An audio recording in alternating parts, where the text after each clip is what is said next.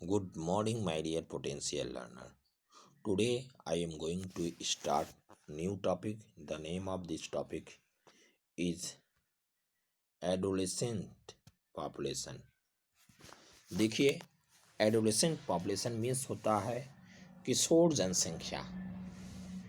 देखिए, इसमें बताया गया है कि भारत का सबसे महत्वपूर्ण जो सिम्टम लक्षण होते हैं, इसकी किशोर जनसंख्या का आकार है। यह भारत की कुल जनसंख्या का 5वां भाग है। देखिए, भारत का कुल जनसंख्या जो है उसका टोटल 1/5,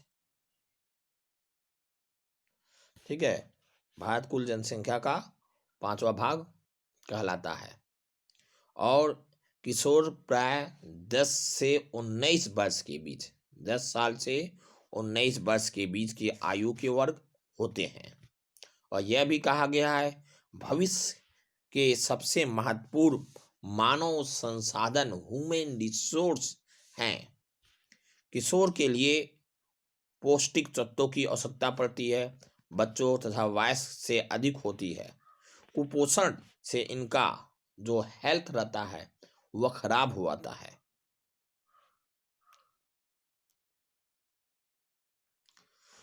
कुपोषण से इनका हेल्थ खराब हो जाता है। बहुत से किशोर बालिकाएं रक्तहीनता से पीड़ित रहती हैं। विकास की प्रक्रिया में उनकी समस्या पर पर्याप्त ध्यान नहीं हो दिया जाता। किशोर बालिकाओं को अपनी समस्याओं के प्रति संवेदनशील बनाना चाहिए और एजुकेशन के प्रसार तथा इसमें सुधार के द्वारा इनमें समस्याओं के प्रति जागरूकता अधिक से अधिक बढ़ाना चाहिए, जिससे वे लोग अपने प्रॉब्लम समस्याओं को सामने रखें और उन समस्याओं का सलूशन लें। नेक्स्ट टॉपिक आता है नेशनल पॉपुलेशन पॉलिसी, राष्ट्रीय जनसंख्या नीति, जिसे NPP कहते हैं। देखिए, recognise that the planning of family would improve individual health and welfare. परिवार के आकार को सीमित रखकर एक व्यक्ति के स्वास्थ्य एवं कल्याण को सुधारा जा सकता है।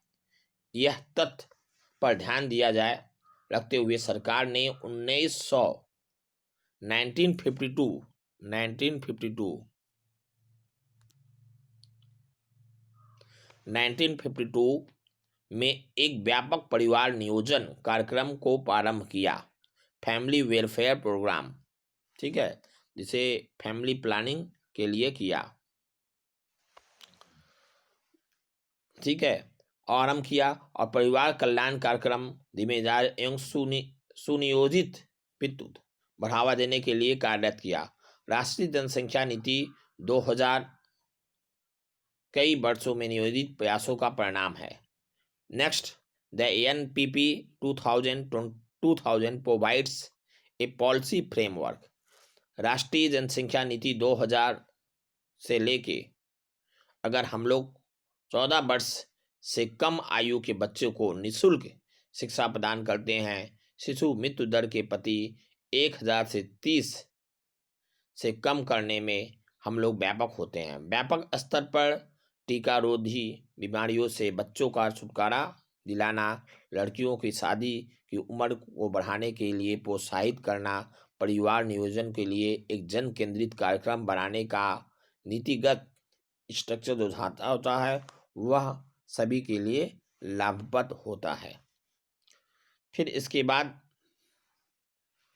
नेक्स्ट जो है जनसंख्या नीति, उसके लिए यह है कि जनसंख्या नीति में जो देखिए यहाँ जनसंख्या नीति जो है इसमें यह 2000 राष्ट्रीय जनसंख्या नीति में 2000 ने किशोर किशोरियों की पहचान जनसंख्या के उस प्रमुख भाग से के रूप में किया जाता है जिस पर ध्यान देने की आवश्यकता है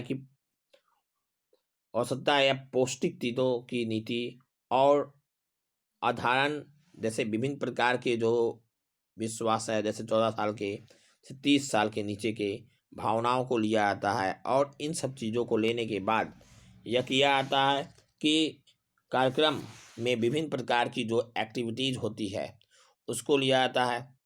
इसके बाद देखिए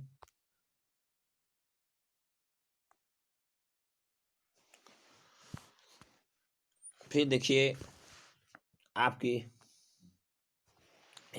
NPP 2000 एडोलेसेंस 2000 राष्ट्रीय जनसंख्या नीति 2000 की।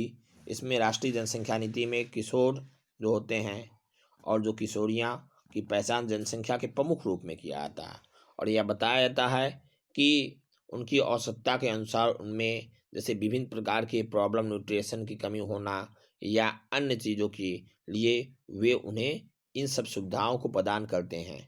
और इसके द्वारा ऐसा कार्यक्रम चलाया जाता है जिसका उद्देश्य देर से विवाह और देर से संतान प्राप्ति को प्रोत्साहित करना और विभिन्न प्रकार के एजुकेशन का प्रदान करना, सेवाओं में पहुंचाना, खरीद के भीतर और खाद्य सामग्री की या पौष्टिक तत्वों को उनको प्रोवाइड कराना, यह काम होता है।